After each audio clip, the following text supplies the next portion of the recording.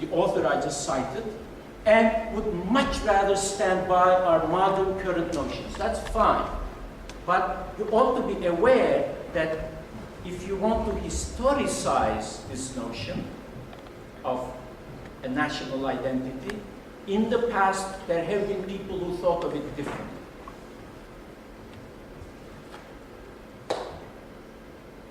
There is another quote about the same issue that is my favorite, actually, and this comes from a Hungarian in the 17th century who lived for many years in Istanbul, and he found that the Europeans who kept writing about the Turks are this, the Turks are that, and that usually implied negative, warlike, cruel qualities and things of that sort. The Hungarian took issue with that. He said, I lived amongst them for many years and I learned their language very, very well. And if you ask me about what the Turkish character is, this is a most difficult question. And now I quote him. This is a most difficult question, since it is not one nation but consists of all sorts of people of the world. Germans, Poles, Rus, meaning the Ukrainians here, Cossacks, Serbs, Bulgarians, Albanians, Abkhazians, Georgians, Kurds, Persians, Arabs, Greeks, Armenians, Tatars, Wallachians, Moldavians, Circassians, Croatians, Italians, Jews, Indians, and many others. Whoever wishes to speak about the Ottoman character, he must know the character of all these people. Those who are born Muslim have different customs than those who have been converted from Christianity. There are also sociological differences. The educated have their way, the uneducated theirs. People of the frontiers develop different customs than those who are born in the central lands of the empire. Everyone learns both good and bad things from Christians and other neighbors. Again, you may find this disagreeable, but in the 17th century, from the point of view of one well-steeped, knowledgeable observer, the Ottoman/Turkish identity was characterized as such. And we have to come to terms with this. We have to open ourselves, in other words, to historicizing, to thinking historically about all those units that seem so stable, so fixed. Christianity, Islam, Turks, educated people, uneducated people, societies with writing, societies without writing. All of these distinctions and all of these analytical units are useful, but up to a degree, unless you ask the questions like when, where, everybody, but among which segments of society, in which parts of the world, in which parts of the Islamic world, etc., etc.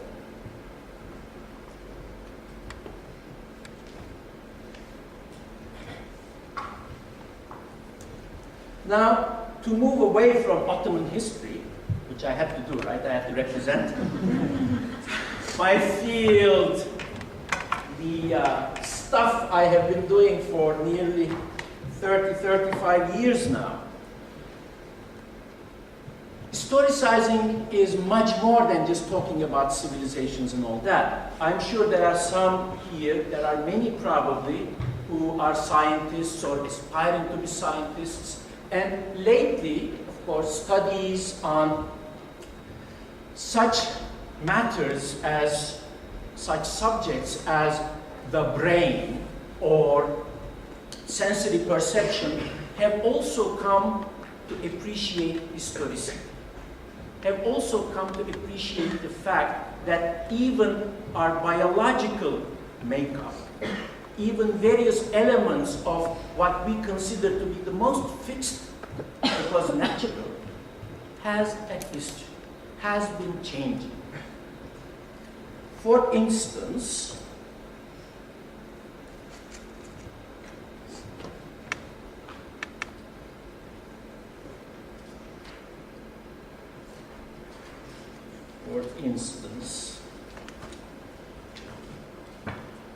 about the brain. Respectable biological opinion now has it that the human brain is a social organ. that it evolved in the Pleistocene, which I had to look up myself. See, it's a long word. I had no idea. It's capitalized. It's intimidating. Capitalized words would be, particularly intimidating. Pleistocene with a capital P. I had no idea. So I looked up. Originating about 1 million years ago, characterized by widespread glacial ice and by the appearance of man.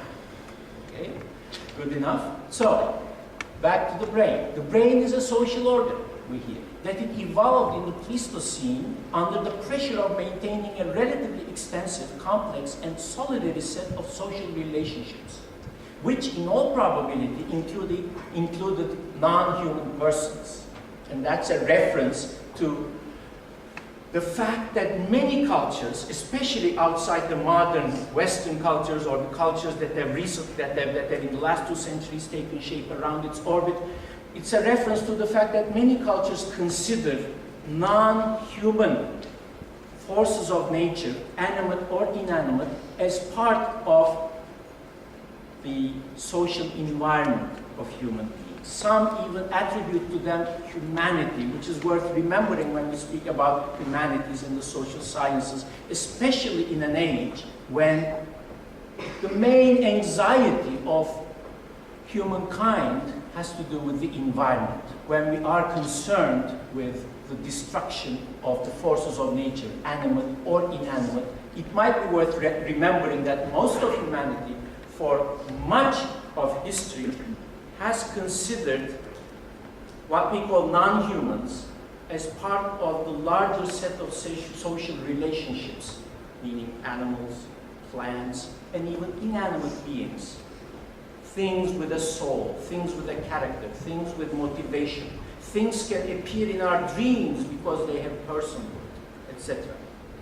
So that broader notion of humanness should also be with us to some degree, but the brain certainly developed for the last million years in a solitary set of social relationships, which in all probability included those non-human persons that I just spoke about.